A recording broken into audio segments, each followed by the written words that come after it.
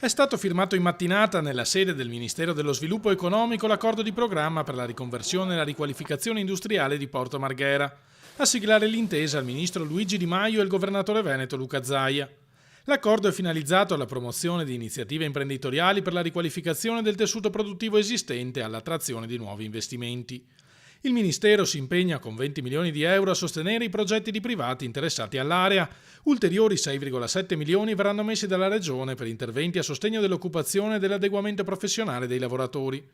Soddisfatto il sindaco di Venezia Luigi Brugnaro, che partecipa all'accordo insieme ai rappresentanti di tutti gli enti interessati alla zona del porto. 26 milioni per Porto Marghera per il lancio di tutta l'area di crisi complessa, anche a Murano, per tutti gli imprenditori che vorranno organizzare progetti di rilancio dell'area.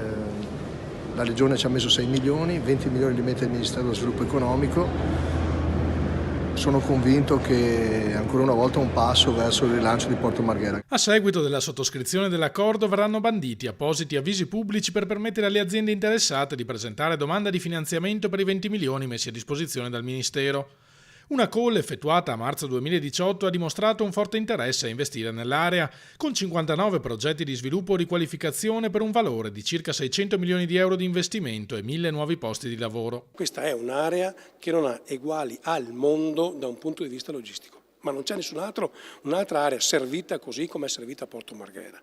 Ha una capacità ricettiva per le imprese straordinaria e poi non dimentichiamoci mai che se lei dovesse aprire un'impresa, un'azienda a Porto Marghera, oltre ad essere servito da aereo, treno, gomma, navi, energia, lei può portare il suo cliente a bere il caffè in Piazza San Marco. Questo non lo può fare nessun altro al mondo.